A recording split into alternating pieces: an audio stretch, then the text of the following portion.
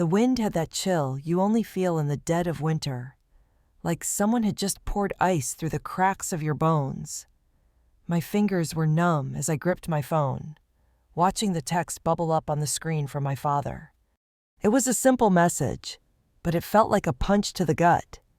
"Megan, we miss you. Come home for Christmas." I stared at those words, my heart a cocktail of emotions I couldn't quite name. Miss me, really? It had been 3 years since I had set foot in that house. 3 years since I had begged for their approval and been met with cold silence. And now, out of nowhere, my father wants me to come back. The same father who never bothered to look at me twice when Connor, my golden child of a brother, was around. The same father who had never once looked proud of me, even when I managed to get my life together, against all odds. My phone buzzed again. Another message from him. "We'd love to see you." I felt the blood drain from my face. "We'd love to see you." That phrase, so innocuous, cut deeper than any insult could, because I knew, deep down, that if I went back, if I walked through that door, nothing would have changed. I would still be the invisible one, the forgotten one. So why now? Why after all this time? I had built a life for myself, far away from them.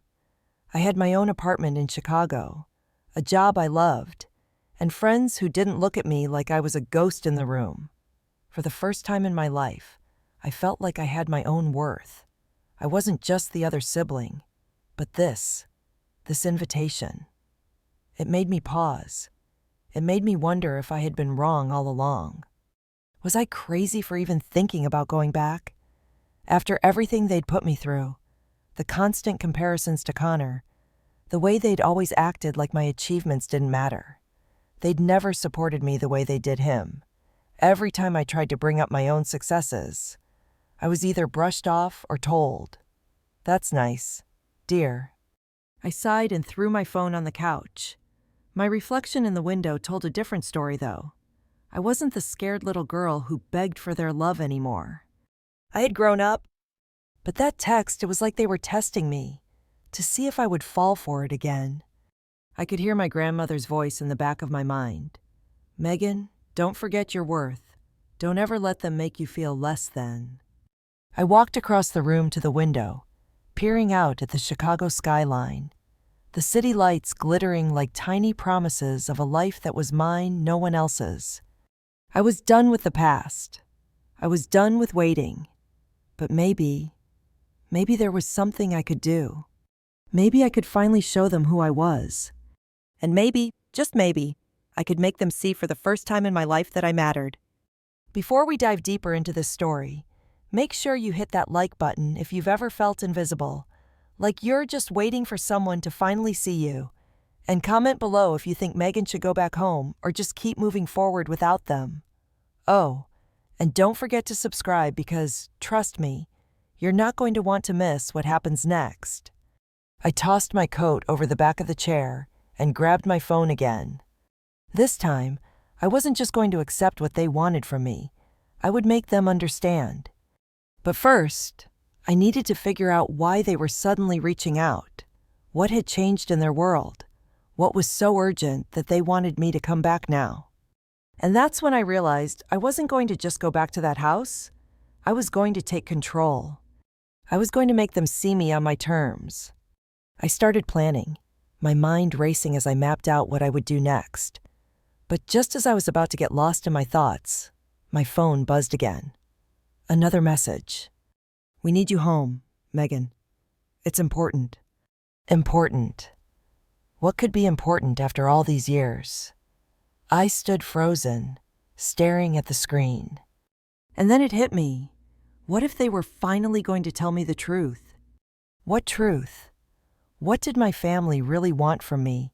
Was this the moment I had been waiting for? Or was this just another game they were playing with my head? The days after receiving that message dragged on like a bad dream. The cold Chicago winter felt even colder now, as if it had crept into my bones. My apartment, usually a haven of quiet and privacy, seemed to echo with the ghosts of my past. I couldn't shake the feeling that I was about to walk back into a storm, one I had spent years running from. I spent the next few days pacing. My phone sat on the counter, always within arm's reach, but I didn't dare to answer. The longer I waited, the more doubts clouded my mind. What did they really want? Was this just another way for them to make me feel small? Or was it something more? I glanced at my reflection in the kitchen window, the city lights behind me casting a soft glow. My face was tired, worn from years of pretending I was okay with being ignored.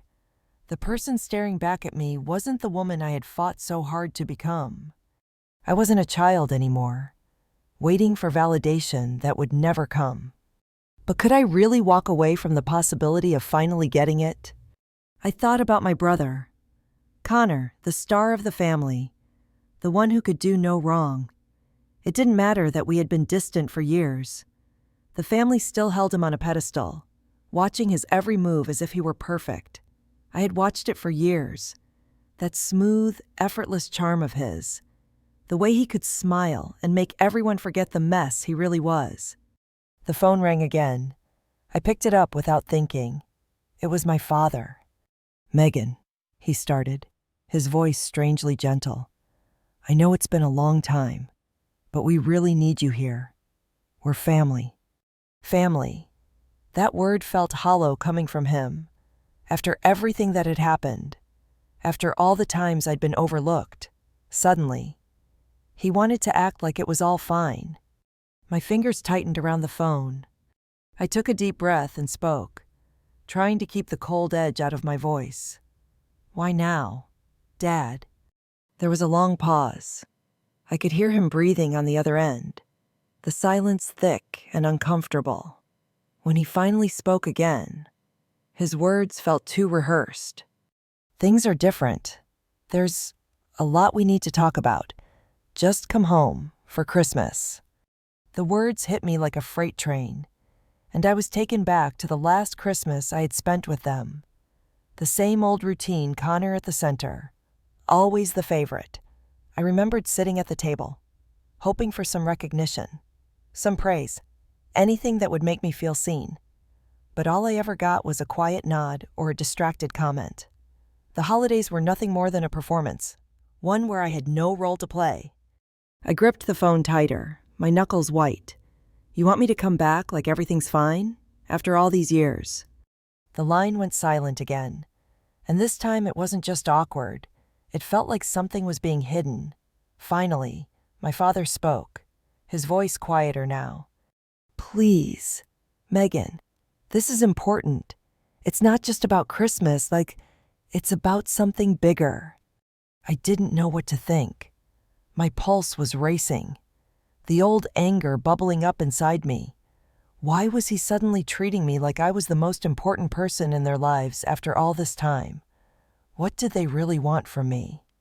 My fingers hovered over the screen, fighting the urge to send a quick reply, to call him out for the years of neglect.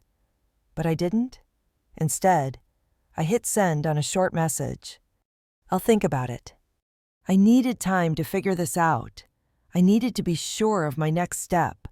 There was no way I was going to go back into that house without understanding why they wanted me there.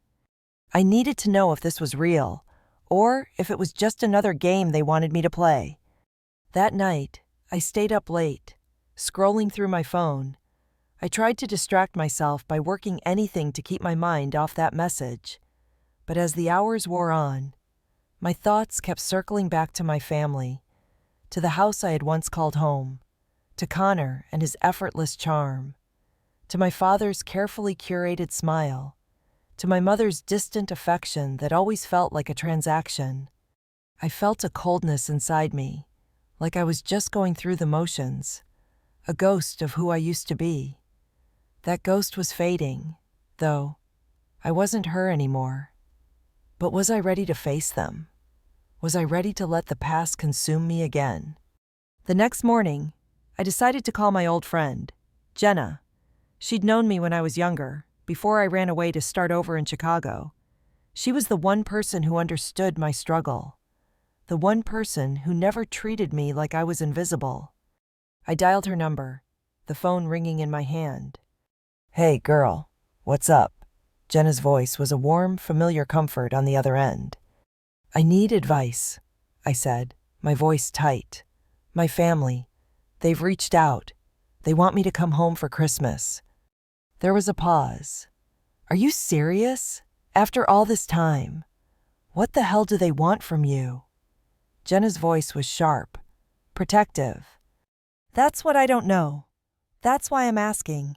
Do I go? Should I even care?" Jenna let out a frustrated sigh. "Megan, you know better than anyone that they'll just play you.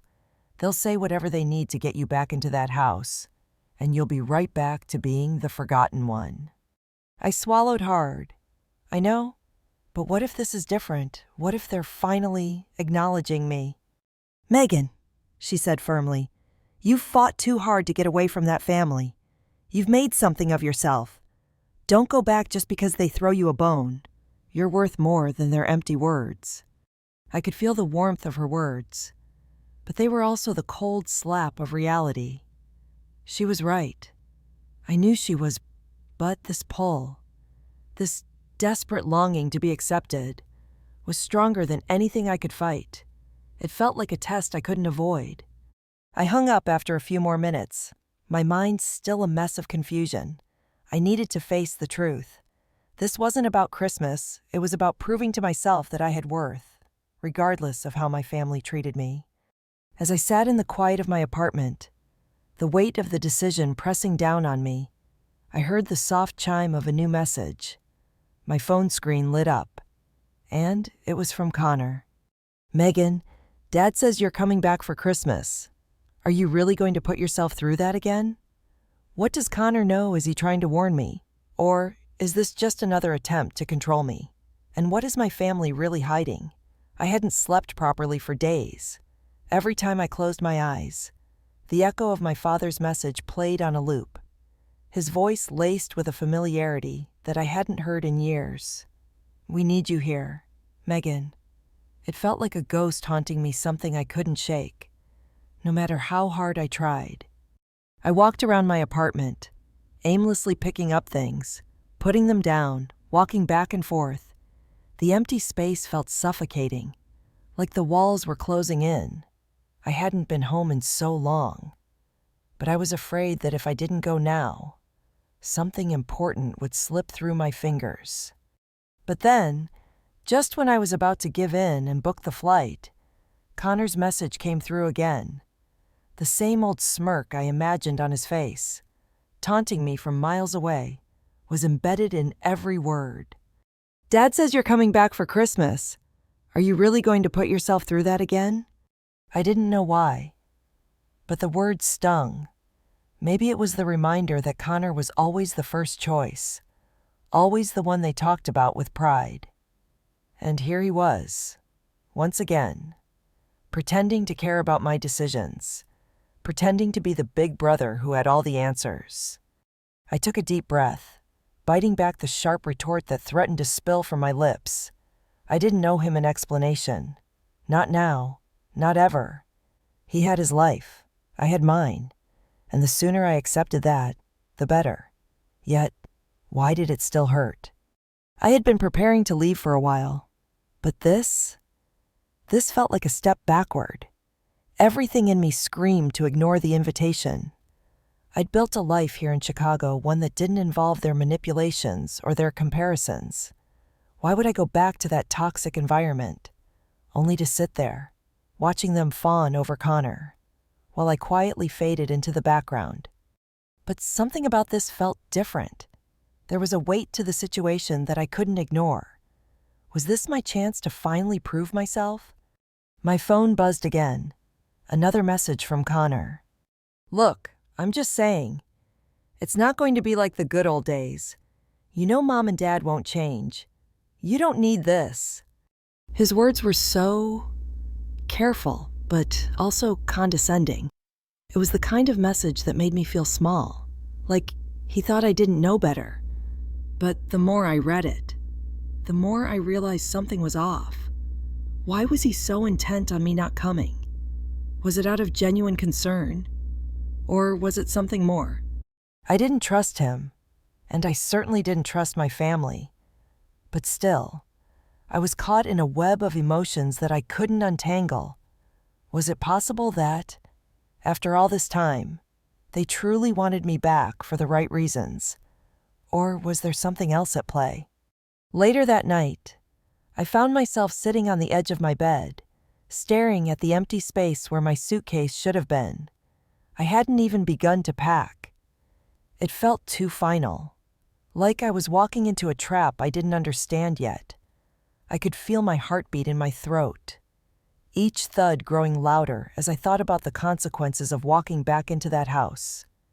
The house where I was never enough. I tried to calm myself, reminding myself that I had the power here. I had a choice. But the longer I hesitated, the more I felt like that frightened little girl again, the one who just wanted to be seen. It wasn't until I saw a message from Jenna that I was jolted back to reality. She knew me better than anyone. I'm serious. Megan, don't let them manipulate you into coming back just for their selfish reasons. You know they'll never treat you right. Her words were a cold splash of water on my face. I had always known Jenna had my back. But her message forced me to confront a hard truth. This wasn't just about me. It was about breaking free from a lifetime of manipulation. I stared at the message, the weight of her words pressing down on me. How could I have been so naive to think they might have changed? What would I even be going back for? I had worked so hard to get out of their shadow, to build a life that was mine and mine alone. And yet, I was on the verge of walking right back into it. The next morning, I went to work in a daze. My thoughts were all over the place, swirling in confusion and fear. Every conversation felt muffled, like I wasn't really there. I kept replaying my father's words in my head, trying to decipher the hidden meaning behind them. What was so important about this Christmas? Why had they reached out now? It was a riddle, one I wasn't sure I could solve, but I knew I couldn't ignore it anymore. My mind kept drifting to my childhood home, the house that had once felt warm but had become a battlefield. I thought about the countless holidays I had spent wishing for my parents' approval, only to watch them dote on Connor while I was left in the corner, silently withering. I thought about the time I had spent trying to prove myself, only to be shut out again and again. Maybe I had been foolish to think it could be different. Maybe I had been foolish to think I mattered at all. I glanced at the clock on the wall. 12:45 p.m., my lunch break. I couldn't sit there any longer. I needed air. I needed to think. I stood up from my desk and grabbed my coat. The cold wind hit me the second I stepped outside, but it didn't make me flinch. If anything, it felt comforting. The chill of the wind, the numbness it brought, it was like a wake-up call. But I wasn't prepared for what happened next. Just as I was about to head to the cafe on the corner, I saw a familiar face across the street, Connor. He was standing there, waiting for a light to change, talking to someone on the phone. For a moment, everything froze. My heart started to race, and I instinctively took a step back, hoping he wouldn't notice me. But he did. His eyes locked with mine across the street, and for a split second, I saw something flicker in his gaze. It wasn't the usual smirk or the condescending smile he always wore. It was concern. He waved, a little awkwardly, like he wasn't sure what to do next. My stomach twisted. Was he really here in Chicago? Why was he here? What was he trying to hide? I stood there on the sidewalk, staring at Connor from across the street. My pulse was racing, not from excitement, but from something deeper, something unsettling. The way he had looked at me earlier, like he wanted to say something but couldn't find the words, made my stomach churn. I couldn't decide if I should walk over, confront him, or just turn around and forget the whole thing. But he was already moving toward me, his phone call ending as he slipped it into his pocket. He was dressed casually, jeans, a leather jacket, and those shoes he always wore, the ones that seemed to scream, "I've got my life together." As he crossed the street, I found myself rooted in place. Part of me wanted to run, to avoid the whole mess. But the other part, the part that had been aching for answers for so long, stayed. He stopped in front of me, eyes wide, like he hadn't expected me to be there either. "Megan," he said, his voice low, almost tentative. "I didn't think I'd run into you here." I didn't answer immediately.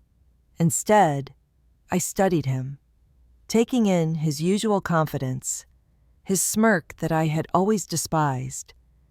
He was trying to play it cool, but I could see the tension in his shoulders, the way his jaw tightened slightly. Was he nervous, or was he just trying to hide whatever game he was playing? "What are you doing here?" I finally asked, my voice coming out sharper than I intended. I wasn't sure if I was more angry or confused. Connor shifted his weight from one foot to the other, looking away for a brief moment. I was in town for work. Just thought I'd stop by and see how you're doing." My eyes narrowed. "Just thought you'd stop by, really, after everything that's happened?"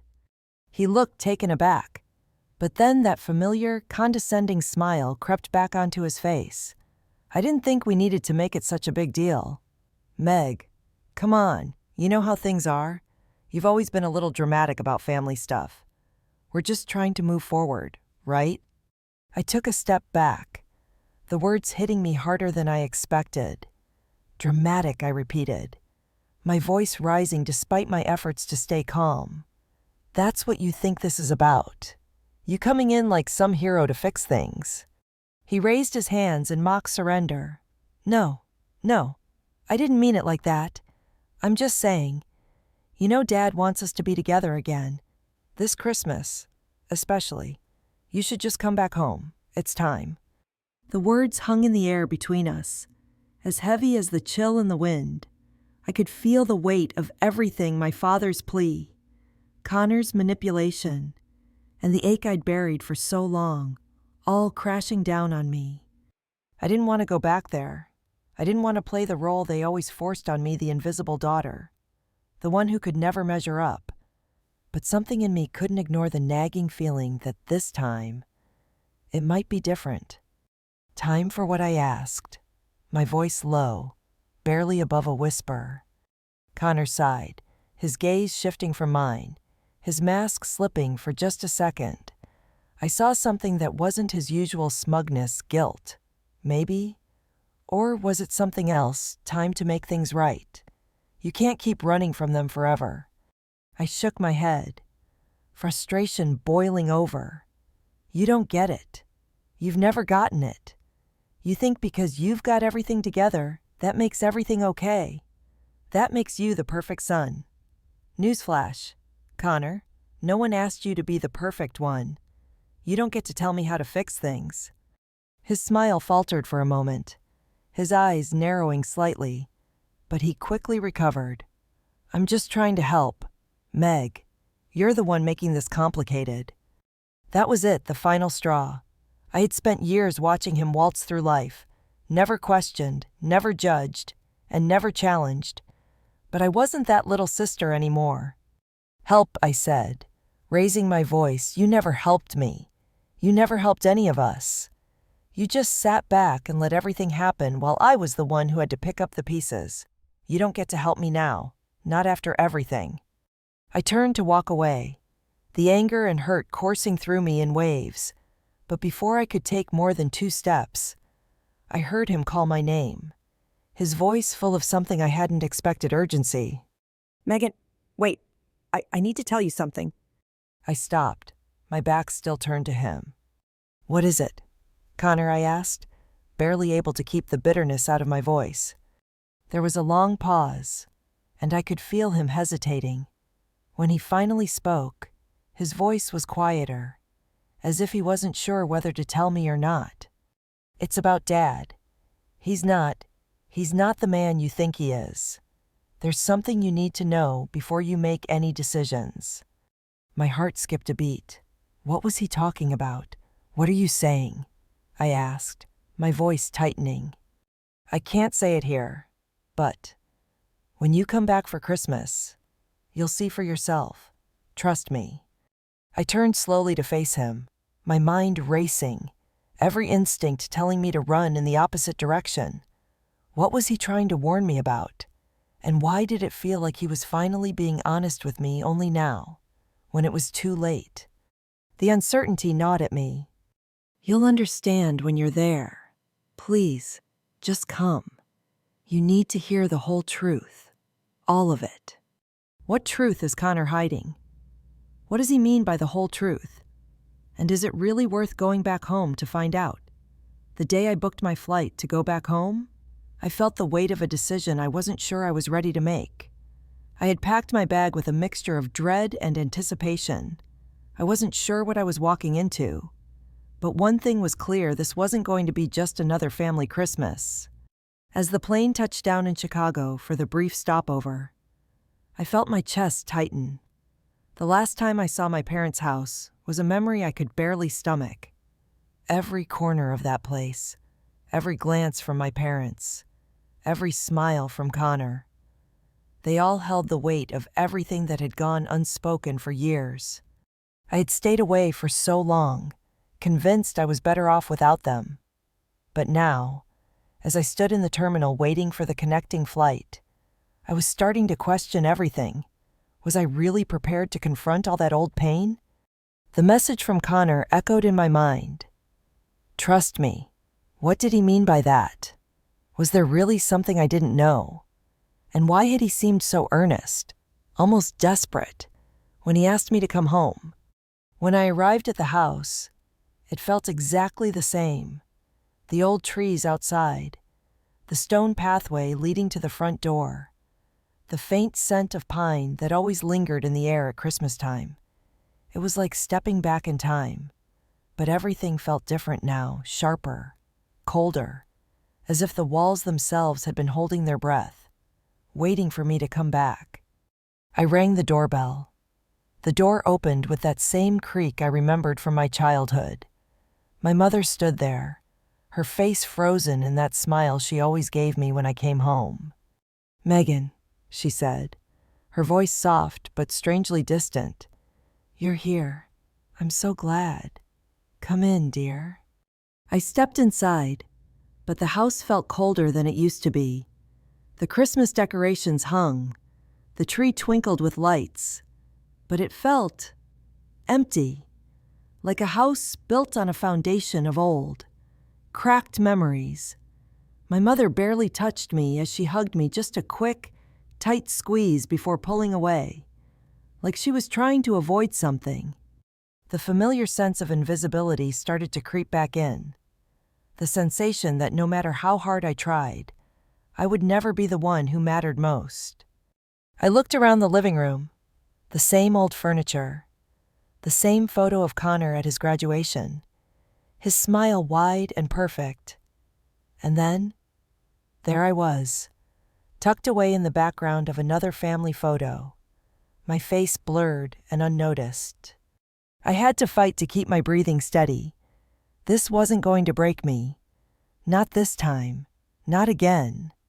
"Dinner's almost ready," my mother said, her eyes scanning me quickly. "Connor's upstairs. You should talk to him before we eat." Connor, my brother, the one who always had their attention, always had their approval. He had made his way through life with ease, while I had fought for every inch of recognition, only to be met with indifference. I nodded and walked upstairs, the sound of my footsteps echoing in the quiet house. As I reached the top, I hesitated. Should I just knock and get this over with? Or should I wait for him to come to me? Before I could make up my mind, the door opened slightly, and there he was leaning against the doorframe, looking every bit the picture of success. "Hey, Meg." His voice was casual, but there was a flicker of something else in his eyes, something almost apologetic. I didn't speak at first. I was still processing his last message, still unsure of what he was trying to warn me about. My heart was racing as I stepped into his room, and for the first time in years, I felt like I was really seeing him, not the golden boy, not the perfect son, but just Connor. He glanced at me, his face softened. "Look, I'm sorry if I made things weird earlier. It's just that, well, things aren't as perfect as they look. Not for anyone." His words hit me like a punch. "What do you mean? What's going on, Connor?" He sighed, running his hand through his hair. "It's about Dad. He's not the man you think he is. And it's not just about Christmas. There's something more going on, something you need to know before everything blows up." I froze. "What do you mean? What's happening?" For a moment, he just stared at me, like he was trying to figure out how much to tell me, how much he could trust me. Finally, he spoke again, his voice quiet but heavy with meaning. "Dad's been hiding things. A lot of things. You need to understand. Megan, he's not who he says he is. It's all been a lie." I felt my stomach drop. A lie. Connor nodded, stepping closer, his eyes now full of something that wasn't smugness. It was fear. Fear of what he was about to reveal. "I don't know all the details, but I do know it's bad. Worse than you think. But I need you here. Megan, if you don't hear it from Dad, you'll never get the full story." I could barely process his words. Was this a confession? Was he finally telling me the truth about the man who had raised us? I needed more than this. I needed specifics. "Connor, stop playing games," I said, my voice trembling with anger and confusion. "What are you talking about? What's going on?" But just as he opened his mouth to speak, we heard a knock at the door. The knock at the door echoed in the silence of the room, sharp and unnerving. My heart skipped a beat. I turned to Connor, my pulse racing. He didn't move. His eyes were wide, his mouth slightly open as if he was caught between the words he had been about to say and whatever was standing behind that door. "Who is it?" I asked, trying to keep my voice steady, though my throat felt dry, like I was swallowing broken glass. Connor didn't respond at first. Instead, he stared at the door, his hands trembling slightly as he pushed himself off the wall. I don't know. It's too early for anyone else to be here." A second knock came, louder this time, followed by the sound of a voice muffled through the wood. "Connor, are you in there?" I froze. The voice sounded vaguely familiar, but I couldn't place it. My stomach dropped, and every instinct screamed at me to get out of that room. Connor's expression shifted from confusion to something closer to panic. Without thinking, he quickly crossed the room and opened the door. Standing in the doorway was my father. His usually polished, controlled demeanor was gone. His face was pale, his hands clenched tightly at his sides. I felt a chill run through me at the sight of him, this man who had been my father, my protector, the man I once believed had all the answers. But now he just looked tired, and something else. "Dad," I said, the word coming out like a gasp. He didn't answer immediately. His eyes flicked to Connor and then back to me, his gaze lingering a little longer than I expected. For a moment, I felt like I was seeing him for the first time in years, not as the father I once worshipped, but as a man who had been hiding something from me all along. "Megan," he said finally, his voice low, "we need to talk." I didn't know how to respond. This wasn't how I thought this was going to go. I had come back here to finally understand, to make sense of the wreckage that had been my family. But now, with my father standing in front of me, there was only more confusion. Connor looked from me to our father, his expression unreadable. I couldn't tell if he was relieved to see him or if he was bracing for whatever was coming next. The silence between us stretched for what felt like an eternity. Then, as if suddenly realizing he was blocking the doorway, my father stepped aside, motioning for me to come in. "Please, We can't do this out here. Inside, the house felt colder than ever. The fireplace was dimly lit, its soft glow doing nothing to ease the tension that was building. The usual festive decorations seemed out of place, like someone had forgotten to turn the lights on in a theater right before the curtain fell. Connor sat down at the kitchen table, his fingers tapping nervously against the wood. I stood there, my back straight, waiting for my father to explain. What was he hiding? What was so important that he had to drag me back into this house? My father sighed and took a seat across from me. The weight of the years between us seemed to hang in the air, pressing down on both of us. For a moment, I saw the father I had once known, the one who told me everything would be okay, the one who stood tall in every storm. But then the mask slipped. "Megan," he started, his voice heavy with something I couldn't place. "I know you've been angry. I know you've felt left out." His eyes flicked to Connor, then back to me. "But this isn't just about you. It's about all of us. About everything that's been happening behind the scenes." I could feel my pulse quickening. "What do you mean, what's been happening behind the scenes?" He ran a hand through his hair, looking away for a moment as if gathering his thoughts. Finally, he met my gaze again. His eyes darkened with what I could only describe as regret. "It's not just about family issues anymore. Megan, there's something else we've been trying to protect you from." I leaned forward, my hands gripping the edge of the table. "What are you talking about?" Connor was unusually quiet, watching my father carefully, as if he was waiting for him to reveal something important. "Dad, you have to tell her," he said finally, his voice barely a whisper. "She deserves to know."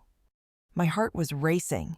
Whatever this was, it wasn't just about me being left out of family dinners or the constant comparisons to Connor. There was something deeper, darker, at play here. My father looked at me one last time before speaking. His voice cracked slightly as he finally said, "Megan, your mother and I have been hiding something from you, something that will change everything." I felt like the floor had been ripped out from under me. My breath caught in my throat as I waited for him to continue.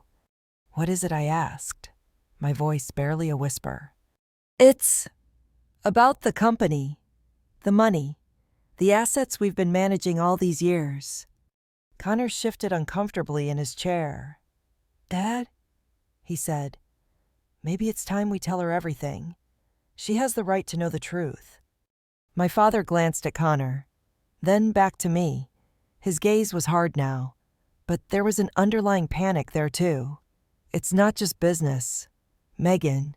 It's everything. It's who we are, who you are, and it's all falling apart." The air in the room felt thick, suffocating. My heart pounded in my chest, and I could barely hear my own thoughts over the rush of adrenaline surging through my veins. What had my father just said? It's all falling apart. I had expected a lot of things when I came back to this house: anger, maybe a little bitterness, but this was something else entirely. My father was trembling, not the father I had known, not the man who always stood strong, who always had control of everything. Connor was sitting there, his hands clasped tightly, staring at the floor. He didn't look like the confident older brother I'd always envied. For the first time, he looked lost. This wasn't about family dinners or sibling rivalry anymore. This was something deeper, something that had been hidden away for years. I could feel my breath quicken as I pressed, "What do you mean, Dad? What's falling apart? What's all this about the company?" He took a long, shaky breath, then glanced at Connor. For the first time, I saw a flicker of regret in his eyes. "Megan, I didn't want you to find out this way, but I can't keep hiding it. We've been managing this company. Yes, but there's more. Things have been happening behind the scenes, and it's about to implode." I shook my head. This didn't make sense. "What are you talking about? Why wasn't I told? Why didn't you tell me?" Connor finally spoke, his voice low and strained. Because we were trying to protect you. We thought you didn't need to be part of this mess. But now, it's too late. Too late for what I asked, the words coming out more desperate than I meant them to. My father stood up, pacing now, his hands running through his graying hair. It's not just the company, Megan. It's the money, the legacy, all of it. We've been lying to you, your mother and I. We've been using the family business for other things. There are debts, things that can't be paid, people we've been hiding from. I felt the world tilt beneath me. It was like the ground had crumbled away, leaving nothing but free fall. What debts? Who have you been hiding from? Connor stood up too, his posture stiff, like he was bracing himself for an explosion. There's a financial scandal, Meg, one that we've been covering up for years. You're involved in it too, whether you like it or not. I could feel my pulse thrumming in my temples. The room felt smaller, the walls closing in. Involved. What are you talking about? I've never been a part of this business. Connor stepped closer to me, his face serious for once. No smile, no sarcasm. You are now, whether we like it or not. The company, the assets your name's on documents, Megan, on properties, on accounts, things you don't even know about. My mind raced, trying to piece everything together. So, all these years, all this time, you've been using me. You've been hiding everything from me. My father let out a heavy sigh, his shoulders slumping as he finally stopped pacing. It was never meant to be like this. Megan, when you were younger, we kept you out of it because we thought you'd be safer away from it all. But the truth is, we were protecting you from things we never expected to come back. Now, it's all unraveling, and you're going to have to deal with it. I looked at him, my chest tight. I had so many questions, but none of them seemed to matter anymore. The life I had built, the distance I had put between myself and this family, felt like it was slipping through my fingers. I turned to Connor, my voice trembling with emotion. So what do I do now? What am I supposed to do with this mess you've dragged me into? Connor swallowed hard, looking down at the floor. I don't know, Megan, but you need to understand something. I'm not the golden child anymore. Neither of us are. Dad's been keeping secrets, big ones. The company's about to collapse, and if we don't figure it out fast, we're all going down. I stepped back, my mind reeling. I felt like I was suffocating. How could they do this to me? How could they drag me back into their mess after all these years of keeping me in the dark? And now, when everything was falling apart, they expected me to just help fix it. The words hit me like a cold slap. You don't get it, Megan. We need you. You have to help us. I looked at them both, my father's pleading eyes, my brother's desperate expression. The weight of their expectations pressed down on me. And for a moment, I felt that old sense of being trapped in a role I never asked for. I had walked back into this house, thinking I was finally going to find answers. But all I'd found was more lies, more manipulation, and now, a sinking feeling that no matter what I did, I would never escape this toxic cycle. I took a deep breath, trying to steady myself. This wasn't just about me anymore. This was about everything: the family, the business, the legacy, and everything that had been buried for so long. And now I had a choice. I could walk away, walk out that door and never look back, leave them to figure it out on their own. Or I could stay and fight for the truth, no matter what it cost me. The silence hung in the air as I glanced between my father and Connor. Finally, I spoke, my voice quiet but firm. I'll help, but on one condition. Both of them looked up, surprised. I get the truth. All of it. No more lies, no more secrets. I want to know everything. And if I'm going down with you, I'm taking control of how it happens. The air in the room felt heavy, suffocating. My heart pounded in my chest, and I could barely hear my own thoughts over the rush of adrenaline surging through my veins. What had my father just said? It's all falling apart. I had expected a lot of things when I came back to this house. Anger, maybe a little bitterness, but this was something else entirely. My father was trembling, not the father I had known, not the man who always stood strong, who always had control of everything. Connor was sitting there, his hands clasped tightly, staring at the floor. He didn't look like the confident older brother I'd always envied. For the first time, he looked lost. This wasn't about family dinners or sibling rivalry anymore. This was something deeper, something that had been hidden away for years. I could feel my breath quicken as I pressed. What do you mean? Dad, what's falling apart? What's all this about the company? He took a long, shaky breath, then glanced at Connor. For the first time, I saw a flicker of regret in his eyes. Megan, I didn't want you to find out this way, but I can't keep hiding it. We've been managing this company. Yes, but there's more. Things have been happening behind the scenes, and it's about to implode. I shook my head. This didn't make sense. What are you talking about? Why wasn't I told? Why didn't you tell me? Connor finally spoke, his voice low and strained. Because we were trying to protect you. We thought you didn't need to be part of this mess. But now it's too late. Too late for what I asked, the words coming out more desperate than I meant them to. My father stood up, pacing now, his hands running through his graying hair. It's not just the company, Megan. It's the money, the legacy, all of it. We've been lying to you, your mother and I. We've been using the family business for other things. There are debts, things that can't be paid, people we've been hiding from. I felt the world tilt beneath me.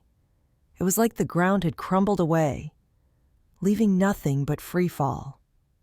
What debts? Who have you been hiding from?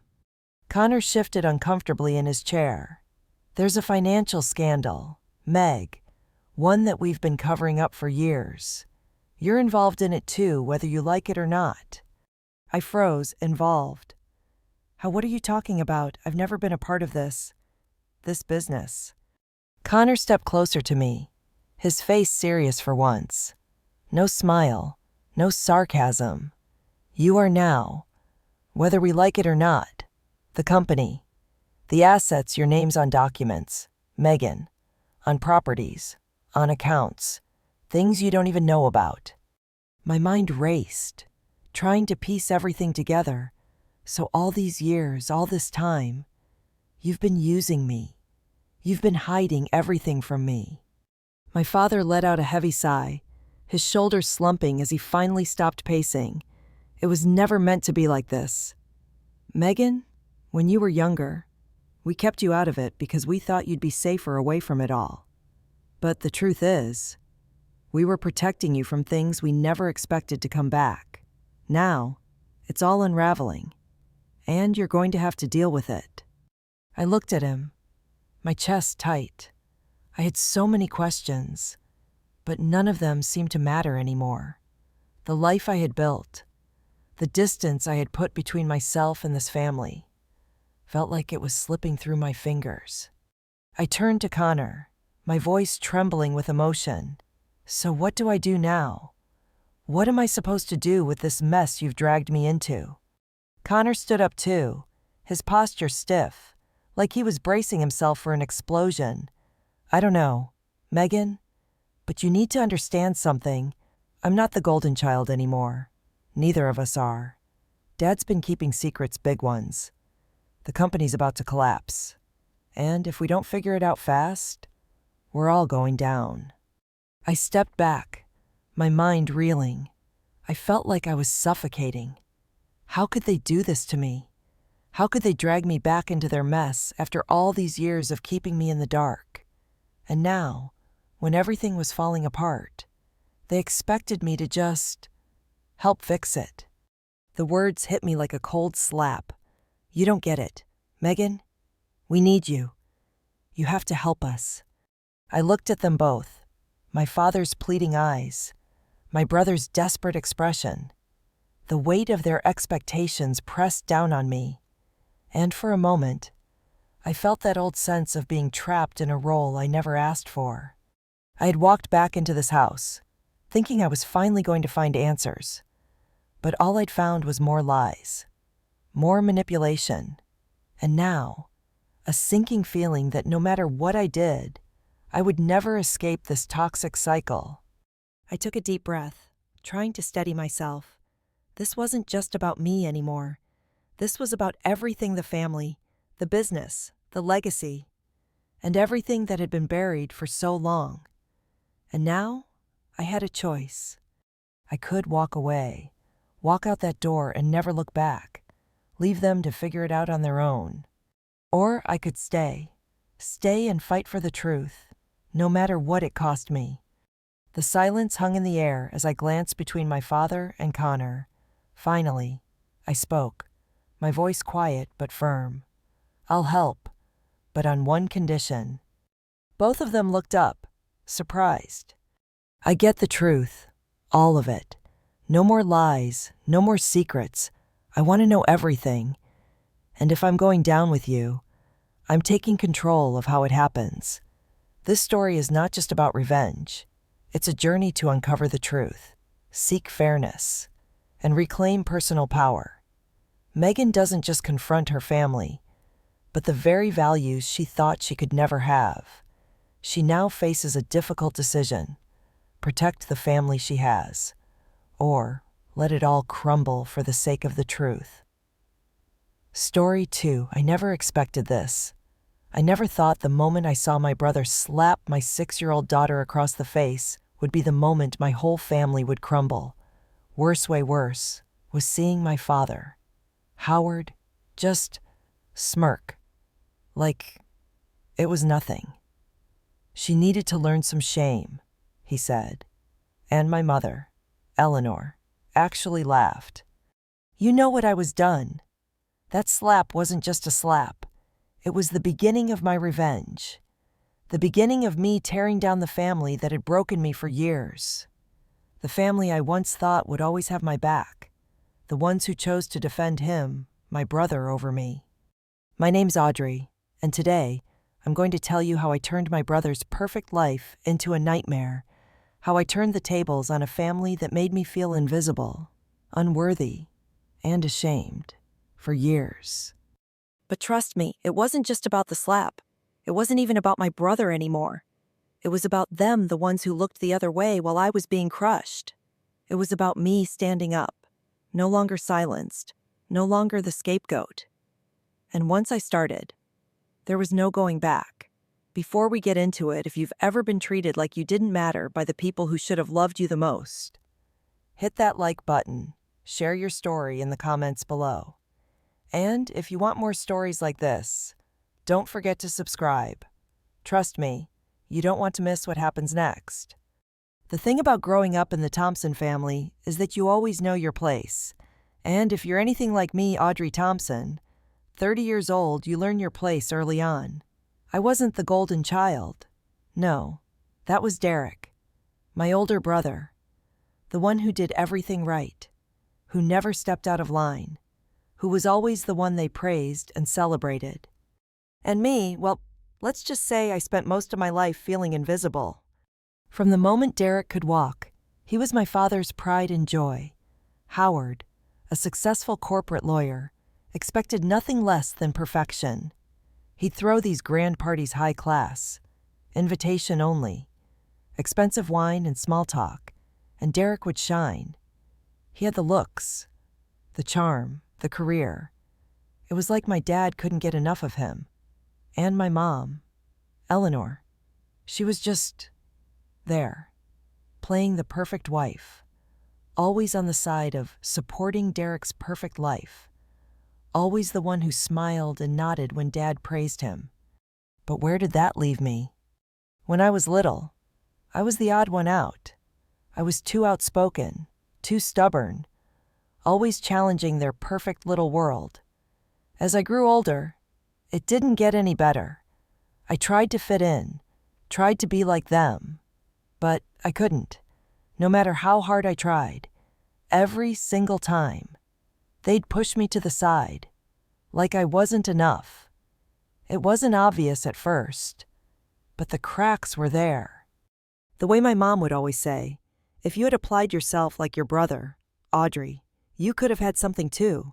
Or when Derek would give me that smile, like he was too good for someone like me, he'd say, maybe you should leave the family business to people who can actually manage it, huh? It hurt. Every word, every glance. But I kept quiet, swallowed my feelings, thinking maybe one day they'd see me for who I really was. But that day never came. Until Lily was born. Lily, my daughter, she was the light of my life. When she was born, I felt like things could finally be different. Maybe, just maybe, I could build a family that actually loved me, saw me, respected me. But no, I had no idea what I was walking into. We had a family reunion at our parents' lake house that summer. I hadn't been back in years, partly because I couldn't stand the way they treated me, and partly because of the constant tension between Derek and me. But this time, I thought I'd go. I thought it'd be good for Lily to see her grandparents. I even convinced myself it'd be fine. Like maybe this time, something would be different. Maybe my family had changed. The moment we pulled up to the lake house, I felt it. The same old weight. Lily was bouncing in the back seat, so excited to see her cousins, her uncles, her grandparents. She had no idea what was waiting for her. She thought they'd be like any other family, warm, welcoming, supportive. But the moment we walked inside, I could see it in their eyes. They looked at me the same way. Derek was there, standing tall and confident, a perfect replica of my father's golden boy expectations. And there, in the corner, was my father sipping his wine, nodding approvingly at Derek as he walked past me with barely a glance. Lily ran up to her cousins, but they barely acknowledged her. They just looked through her like she didn't belong. And that's when I saw it again, the cruelty in their indifference. They had no interest in her, no interest in me. But then, it happened. I could hear Derek's voice from across the room, the loud chuckle, the sarcastic laugh. Lily had accidentally knocked over a drink, spilling it on the floor. She was just a kid. But Derek, he snapped, and before I could even blink, his hand swung out and slapped her hard, across the face. My breath caught in my throat. Time seemed to freeze. I looked around, hoping anyone would step in, but no one did. No one said a word. My father smirked. My mother laughed. It was like they thought this was just another moment to brush under the rug. And in that instant, I felt it. The last straw. The thing about family is, they don't tell you how much it'll hurt until you're already deep into it. Growing up in the Thompson household was like living in two different worlds. To everyone on the outside, we were the perfect family. Dad was a successful lawyer with a reputation that made people bow their heads in respect. Mom, Eleanor, was the epitome of grace and class, always hosting fancy parties, always looking flawless. And Derek, he was the golden child. Everything he did was perfect, from the moment he was born. It seemed like the world was handing him everything on a silver platter. But me, I was the one who could never do anything right. The screw-up. I was Audrey. I never quite fit in with the picture they wanted to paint. Sure, I got good grades. I did everything they asked. But no matter what I did, I was always in Derek's shadow. Derek was the one who could do no wrong. He was everything my father had hoped for in a son. Athletic, charismatic, smart, People spoke about him like he was a genius. And my mom, she couldn't get enough of him. I remember the way her eyes would light up when he talked about his accomplishments, like she was watching her own personal star being born. But there was always this feeling inside me, a tight knot in my chest that I couldn't shake off. I wasn't like Derek. I never would be. And the worst part, I didn't even know how to make them see me for who I was. I remember one time, when I was about 15, I overheard my mom on the phone. She was talking to her best friend about Derek's latest achievement again. "You know, Audrey's fine," she said. "But Derek, he's the one who's going places." And just like that, it hit me. I would never be enough for them. I would always be the fine one, the one who wasn't quite what they wanted me to be. But that was the past. Right, I thought I'd let it go. Maybe it was a phase. Maybe as an adult, they'd see me differently. Maybe they'd finally realize that I wasn't just fine. I was worthy of being loved and respected, too. But as I grew older, nothing changed. If anything, the gap between Derek and me grew wider, and so did the resentment. Fast forward a few years, and I was 23, living in a modest apartment in the city, just trying to get by. Derek, on the other hand, was climbing the corporate ladder like he was born to do it. By 24, he was already working at a prestigious firm in downtown. Meanwhile, I was working at a small marketing company, just barely making ends meet. Every time I'd call home, it was the same thing. "Derek's doing great," my dad would say. "He just closed $1 million deal. How's your job, Audrey?" I could feel the disappointment dripping from his words, even though he never said it outright. And my mom always comparing me to him, always making sure I knew that Derek was the one they were proud of. But then something happened, something that changed everything. I met Jason. Jason was different. He wasn't like Derek or my parents. He wasn't perfect. And that was the thing I loved about him. He saw me for me. He didn't care about my career, my accomplishments, or my failures. He just cared about who I was. We got married when I was 20. Way too young, looking back. But I was desperate. Desperate to have the family I always longed for. The one that saw me as something more than just an extension of Derek. But Jason wasn't perfect either. When Lily came along, everything felt like it was finally falling into place.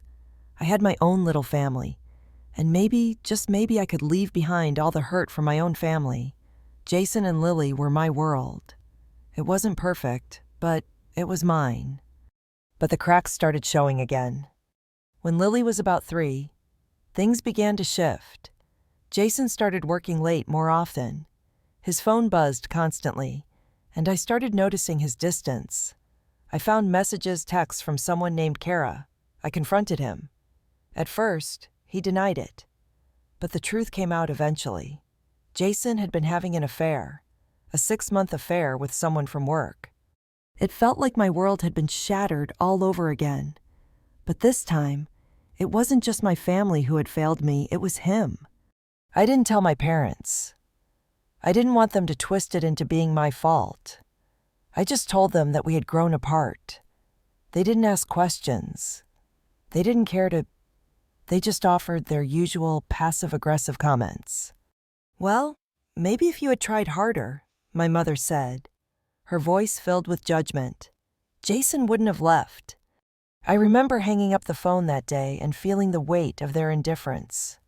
Jason and I tried counseling, but his heart wasn't in it.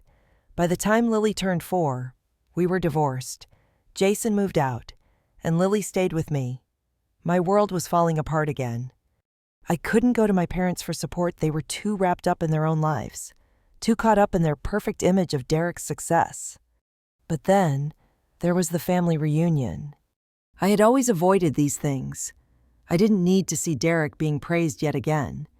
I didn't need to hear about his latest accomplishments or watch my parents fawn over him. But this time, I decided to go. For Lily, I wanted her to know her grandparents, to have that connection, to feel like part of the family. I didn't realize it at the time, but that trip would change everything. It was a beautiful day, the sun shining over the lake, but there was something in the air, the tension. I felt it the moment I walked through the door. Derek was already there, of course, with his wife and kids laughing, talking, everything perfect. And I felt like I didn't belong. Lily ran to play with her cousins, her laughter a sweet sound that I couldn't help but smile at. But as I looked around, I saw it. The way my father looked at Derek, the way my mother doted on him, the way they ignored Lily. I wasn't even sure they knew she existed. And then it happened. Lily knocked over a drink. It wasn't a big deal, just a little mistake. But Derek, he lost it. I could hear the anger in his voice as he yelled at her. And before I could react, I saw him raise his hand and slap her across the face. I froze. My heart stopped. It wasn't just the slap. It was the complete lack of empathy from everyone. My father didn't step in. My mother didn't say a word. And Derek, he looked at her like she wasn't even worth his time. And in that moment, something inside me snapped. I stood there. My heart was pounding in my chest, like it was trying to escape. Derek's hand had just struck my daughter, and the sound of his slap echoed in my ears, louder than anything I had ever heard. For a moment, I couldn't move. I couldn't breathe. It was like everything around me had gone silent, frozen in time. Lily was standing there, her little face twisted in confusion, her hand slowly reaching up to her cheek. My eyes locked with hers, and I could see the hurt, the confusion. She didn't understand. She was just a child, caught in the crossfire of my family's toxicity. She had no idea what was happening. She didn't know that the slap wasn't about her. It was about me. It was about all of us. The room felt like it was closing in on me. Derek was already turning away, muttering under his breath like it was nothing. My father, Howard, didn't even bat an eye. He stood there, holding his wine glass, sipping it as if nothing had happened. My mother, Eleanor, she was smirking, as if this was just another family moment. The disgust I felt in my chest bubbled up, but I couldn't let it out. Not yet. I forced myself to speak. Derek, what the hell are you doing? My voice was shaking, barely holding it together, but it didn't matter. Derek just turned back around, giving me that smug, condescending look that I hated. What's the big deal, Audrey? He said, his voice dripping with that patronizing tone. She needs to learn some shame. You're too soft on her. I could feel my blood boiling. That was the moment I realized it wasn't just about that slap. It was everything. All the years of being ignored, dismissed, treated like I was invisible. My father's silence, my mother's indifference, Derek's superiority. I had spent so long waiting for them to see me, to see Lily, and now I knew they never would, not unless I did something about it. I grabbed Lily's hand, pulling her away from the group. Come on, sweetheart, I whispered, my voice barely a breath. Let's go. She didn't ask any questions, but I could see the fear in her eyes. She was scared, not just of Derek, but of the family that was supposed to love her, the family I had tried to make her a part of. And I hated myself for letting her believe that we were part of this toxic mess. We left the room, and I didn't look back, but the pain in my chest stayed with me, a constant reminder of everything that had just happened, everything that had been building up for years. Later that night, I sat alone in my room, the door shut behind me. Lily was sleeping peacefully in her bed, unaware of the storm that had just broken in our family. My mind was racing. I couldn't let this go. I couldn't just walk away and pretend it didn't happen, like they wanted me to. This wasn't just a slap. This was the culmination of everything I'd been through, the years of silence, of feeling less than, of being ignored and belittled. I was done. I could hear the sounds of the party still going on downstairs, the clinking of glasses, the laughter, the fake pleasantries, but it all felt so distant. It was like I wasn't even a part of that world anymore. And maybe I wasn't. Maybe it was time for me to finally step away, to stop letting them treat me like this. But I knew that wasn't enough. I wasn't just going to leave. I was going to make them see me, make them all see me. I picked up my phone. My hands were shaking as I opened the message app. There it was, right at the top of the list, family group chat. I stared at the screen for a moment, the weight of everything I was about to do sinking in. But there was no turning back. It had to be done. I scrolled through the messages, my fingers hovering over the keyboard. My mind raced with the possibilities, the consequences. Should I just send a message? Confront Derek right there. Should I send a video? No.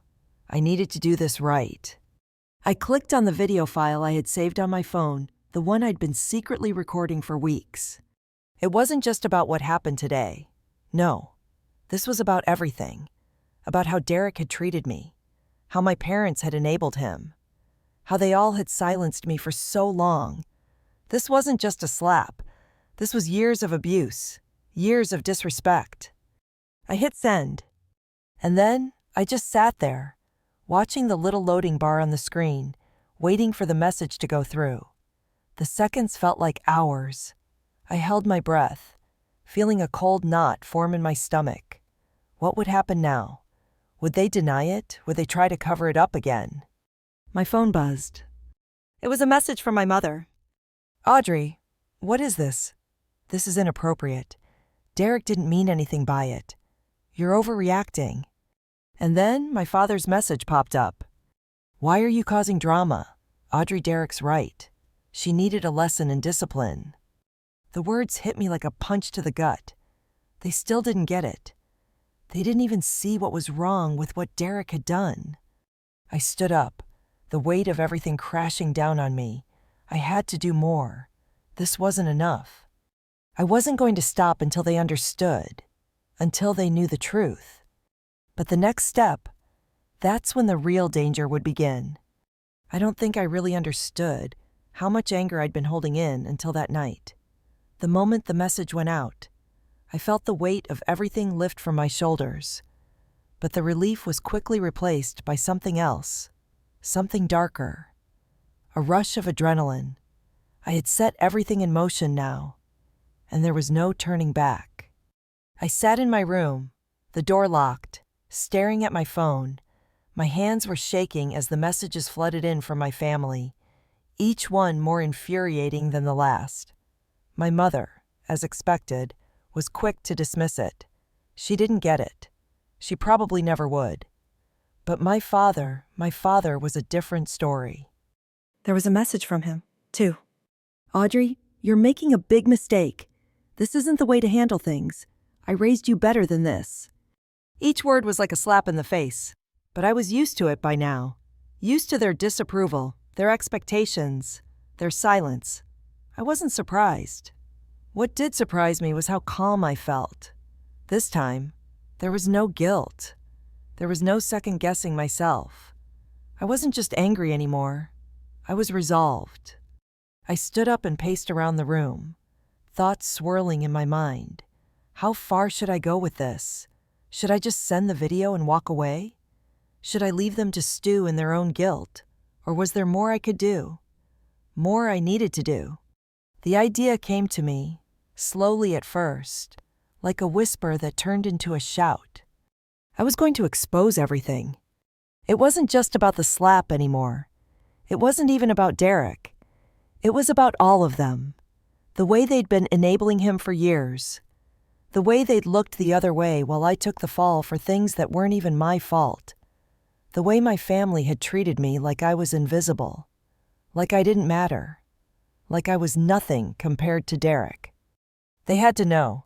They had to see what I had been dealing with. and I wasn't going to back down until they did. The next morning, everything felt different. It was like I had woken up with a new sense of purpose, a new clarity. I wasn't the scared little girl I once was, the one who would just smile and nod when my parents criticized me. I wasn't the passive sister who let Derek get away with whatever he wanted. I was done playing by their rules. It was time to make my own. I started gathering evidence. I had the video of Derek slapping Lily, but that was just the beginning.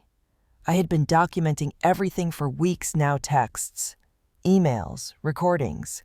I even had proof of the times Derek had been passive-aggressive toward me at family gatherings, the way he'd belittle me with just a few carefully chosen words. I had everything I needed to bring this family to its knees. But I had to be careful. I couldn't let them see it coming. I took my phone and started typing. The messages had to be perfect, sharp, direct, cutting straight to the core. I wasn't going to sugarcoat anything. I wasn't going to make excuses for them. They had to know exactly what they had done. And more importantly, they had to know what was coming for them. I sent the first message to my parents. It was a simple one. Dad, say, Mom, Derek hit Lily last night. I'm not letting this go. I will expose everything, and you will see what he's done. I didn't expect a reply right away. I didn't need one. The waiting was part of the plan. I was planting the seed, letting them know that I wasn't the same Audrey I had been before. Then I did something risky. I sent it to Derek. I knew this would be the moment he'd panic. He couldn't stay calm when the truth was staring him in the face. He couldn't just sweep this under the rug like he had done so many times before. This was the point of no return. You're going to pay for this, Derek. You've hurt enough people, and now it's time for you to face the consequences. I knew he'd see it. I knew it would tear him up inside, and I wanted that. I wanted him to feel the weight of what he had done, to know that this time, there was no way out. But there was one last thing I had to do. The piece of the puzzle that would make everything fall into place. I picked up the phone and dialed a number I hadn't thought I'd ever call again. Uncle Joe. Joe was different from the rest of my family. He was the black sheep, the one who didn't care about the family's image, the one who'd always spoken his mind. He wasn't afraid of my father or Derek, and, more importantly, he knew things about the family that no one else did. Joe, I need your help, I said when he picked up. He didn't hesitate. What's going on, Audrey? I took a deep breath, gathering my thoughts.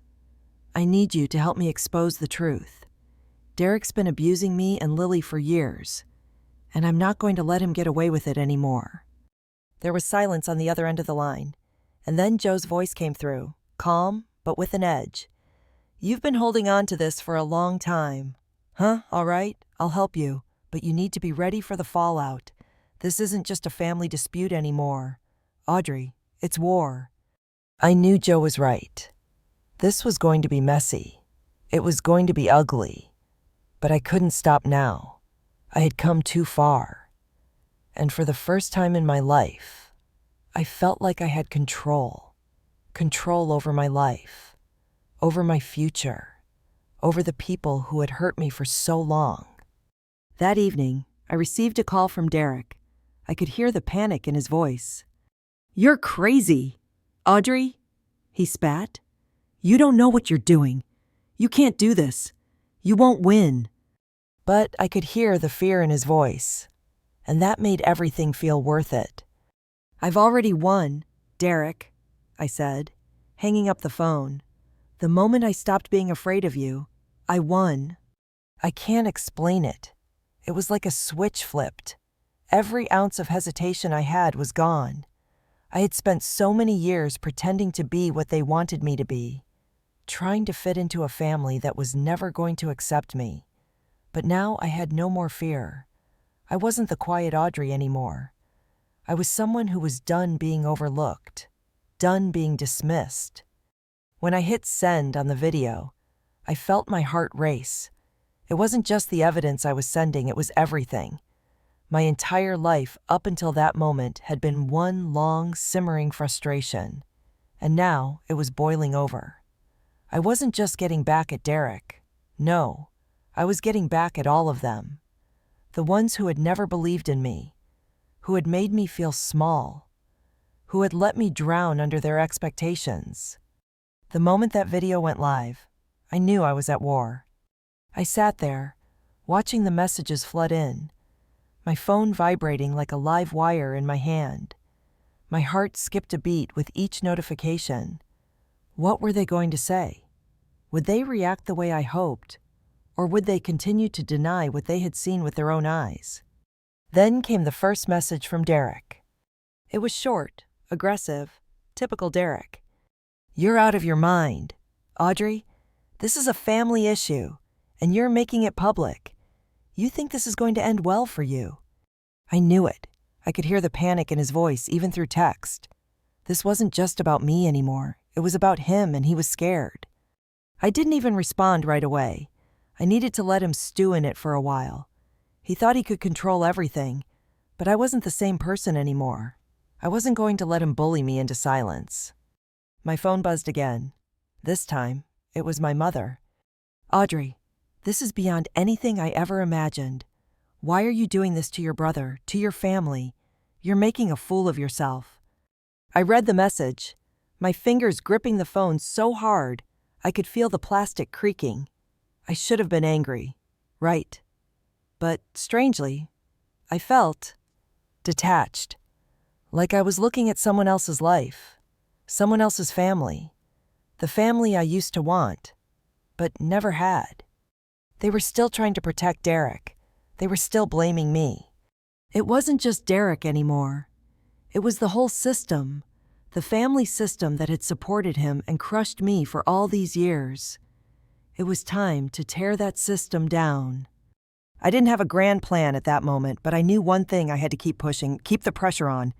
I wasn't going to stop until the whole house of cards came crashing down.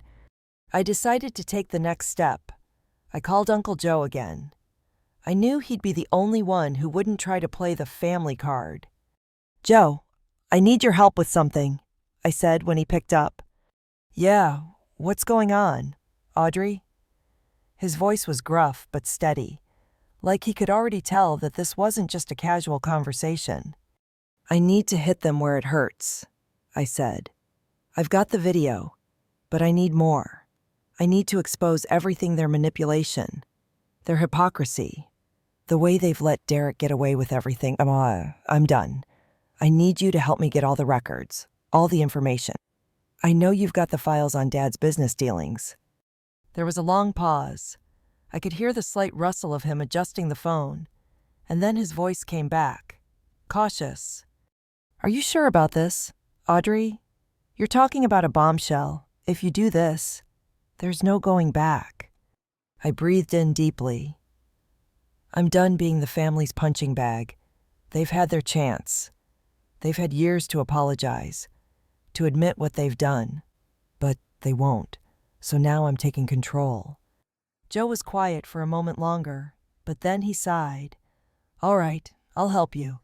But you better be ready for the fallout. This is going to get ugly. You sure you want to go this far?" I knew it was a risk, but I was beyond caring.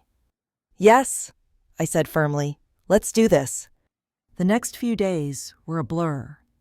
My mind was focused entirely on the plan. The more I thought about it, the more I realized how much I had been burying. All the years of being overlooked, being ignored, all the quiet resentment that had been growing in me like a slow poison. I had always told myself it was my fault, that I was too sensitive, too dramatic, that I should just let it go. But now I saw the truth. This wasn't my fault. I wasn't the one who had been treating everyone else like dirt. I wasn't the one who had been abusing my position for years. I was the one who had been wronged, and I was done hiding it. The first part of the plan was to get the evidence. I was back in front of the laptop again, scouring through emails, documents, recordings, anything that would prove that Derek's entire life was built on lies. His success, a facade. His perfection, a mask to hide the truth. And I was about to expose it all. Joe came through like he always did. He had the files. He had everything. His access to the business world had given him a treasure trove of secrets, and it was all about to come crashing down. But there was something else, something deeper, something I hadn't anticipated. When I looked through the files, I found more than just business secrets.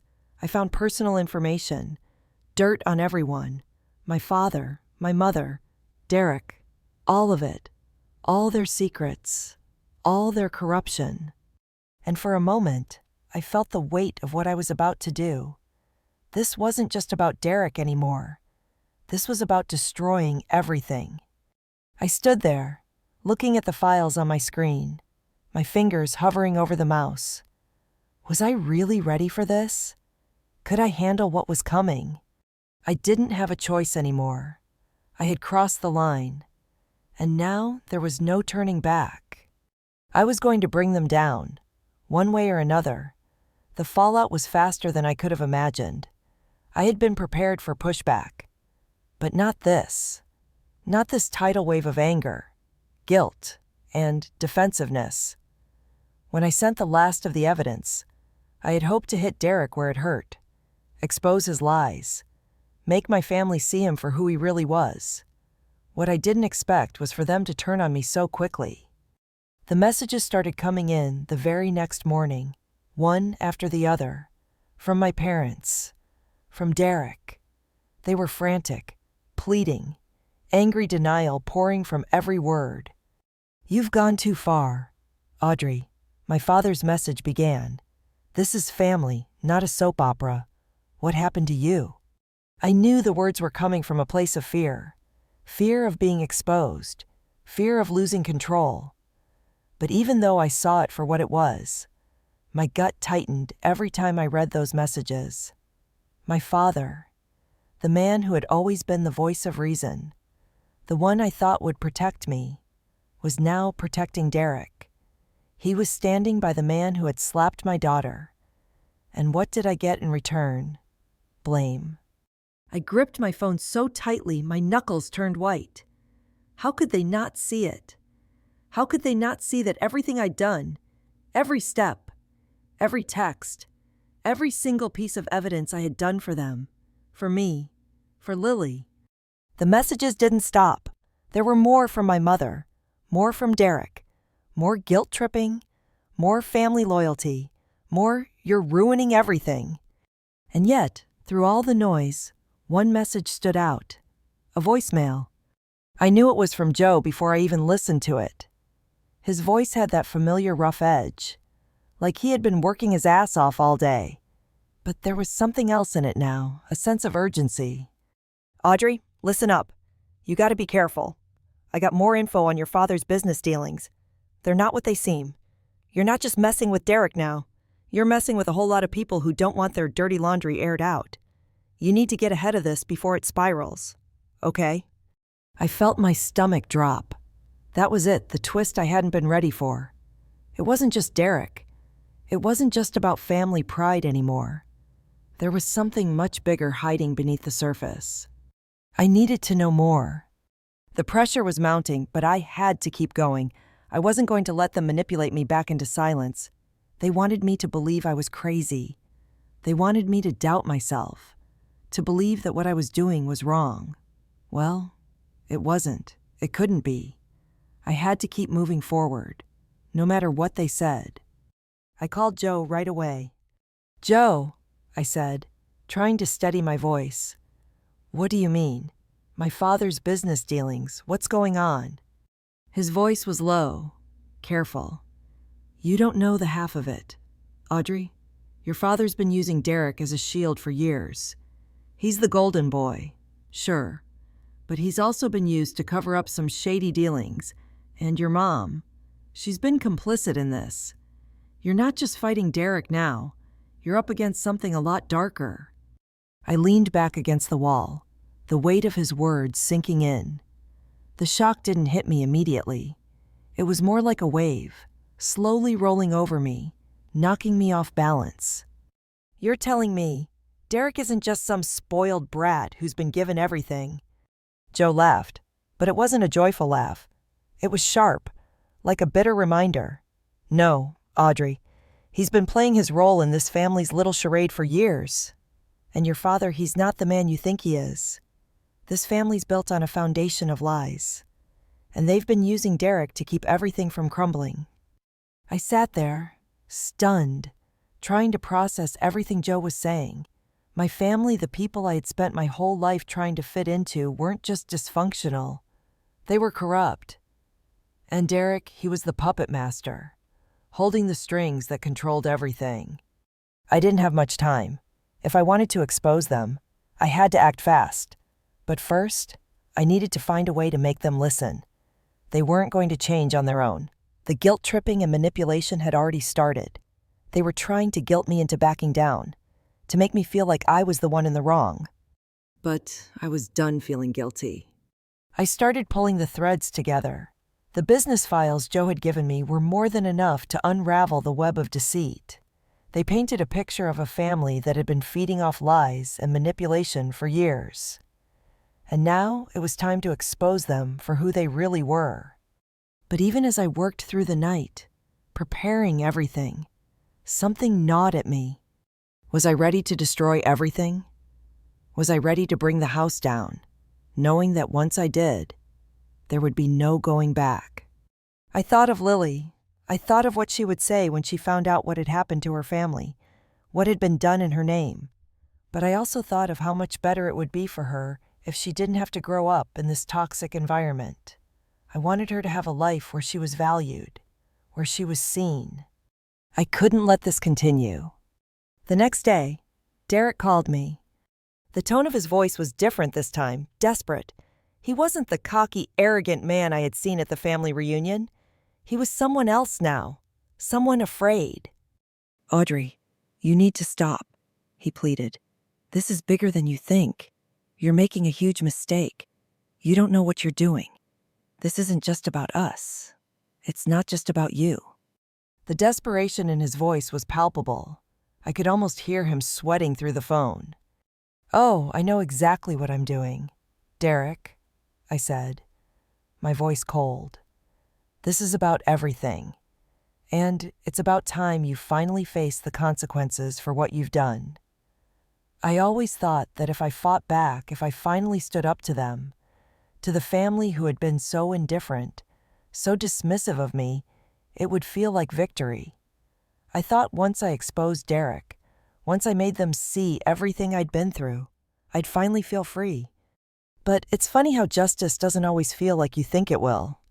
At the moment I hit send on the last message, the one that would force the world to look at Derek's and my family's secrets, I felt a strange calm. The silence that followed was deafening. It wasn't the elation I had expected, but something quieter, something more profound. Maybe it was relief. Maybe it was guilt. Maybe it was just the weight of everything finally settling into place. But the aftermath, well, that was where things got complicated. My phone rang nonstop the next few hours. The messages were nonstop, flooding in like a broken dam, each one more desperate than the last. Derek was calling. My father was calling. Even my mother was calling, her voice shaking, pleading with me to stop. "Audrey, please, this is enough." My father's voice cracked. "You're tearing the family apart." "You're hurting us, Audrey. Don't you see you're hurting us all?" My mother sobbed. I didn't want to hear it. Not anymore. Not after everything they had put me through. After everything they had made me feel. All those years of being invisible, of being dismissed, of watching Derek get away with whatever he wanted while I was left to clean up the mess. And now, they wanted me to feel guilty for bringing the truth to light. I couldn't go back. I wasn't going back. But still, despite the fact that I knew I was doing the right thing, there was this feeling that I couldn't shake. It was like the more I exposed, the more I revealed, the more it hit me I was destroying everything I had once hoped for.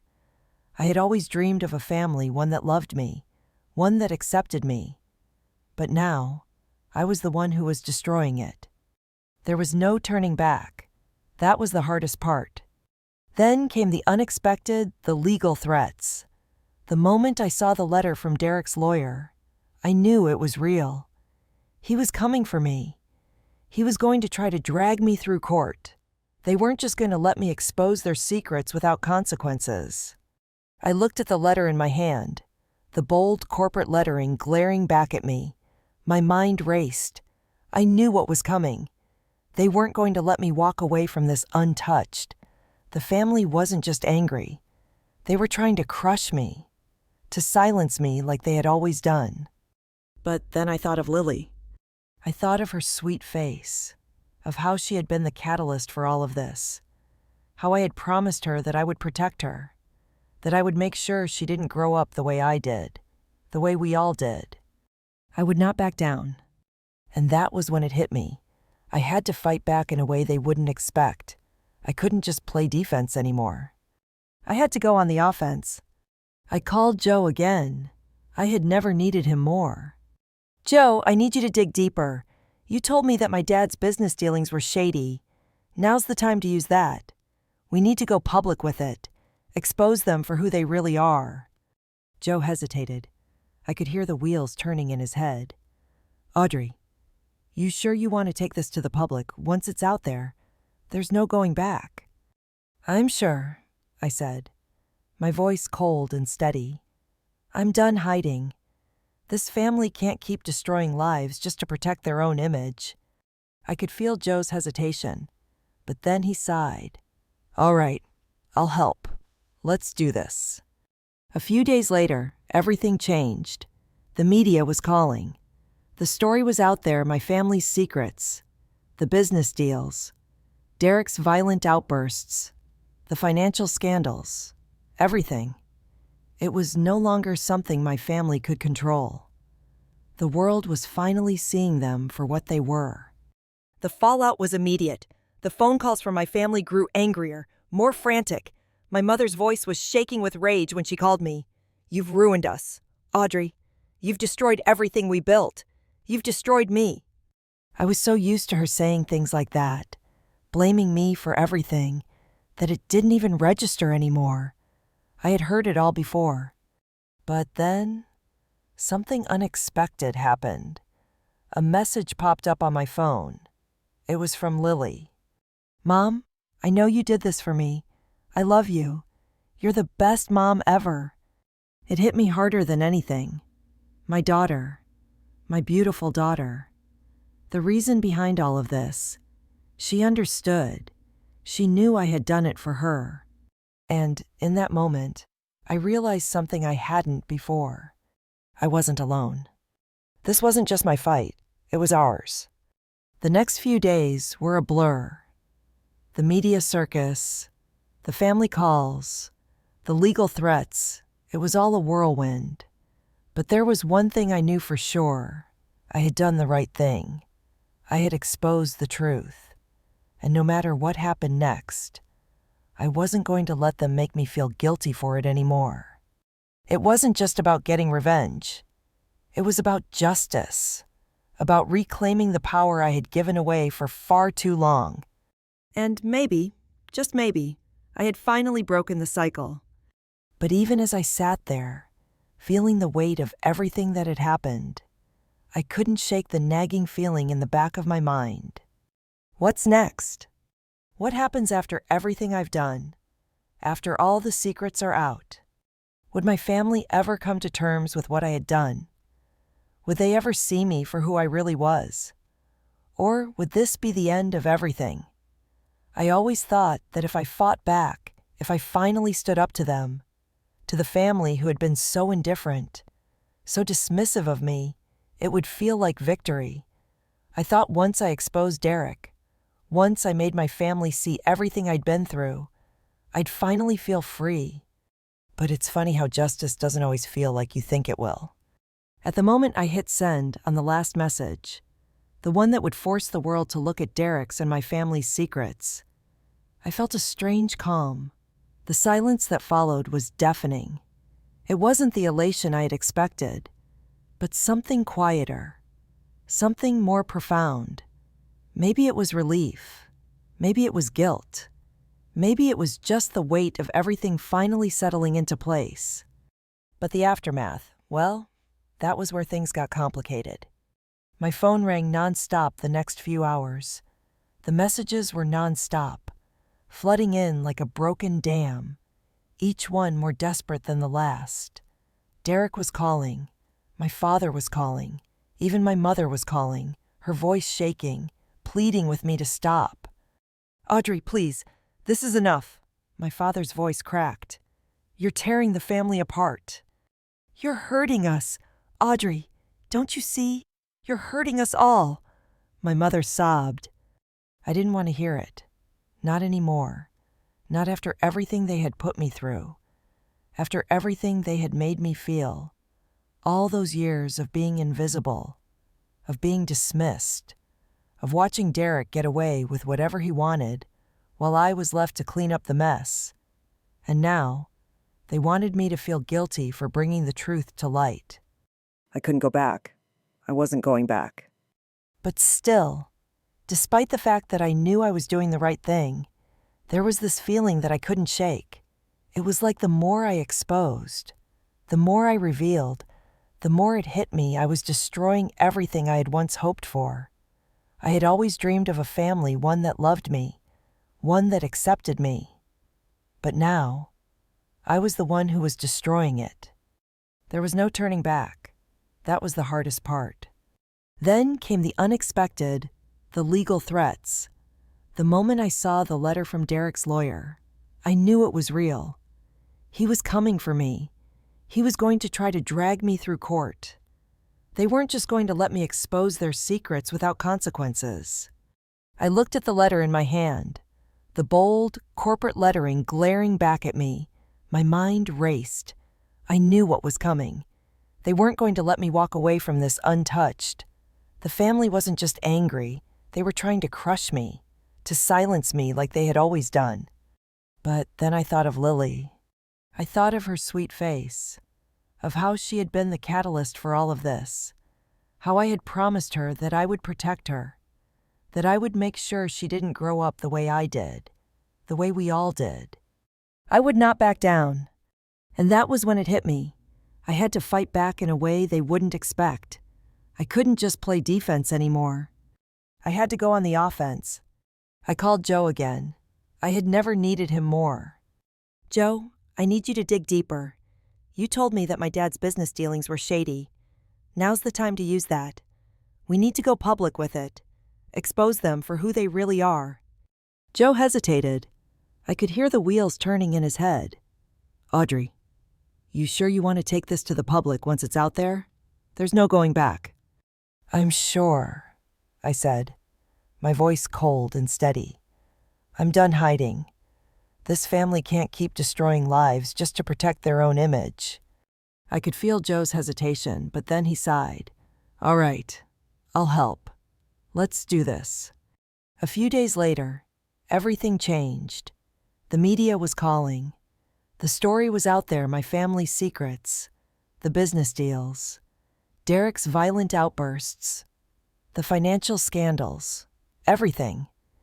It was no longer something my family could control. The world was finally seeing them for what they were. The fallout was immediate. The phone calls from my family grew angrier, more frantic.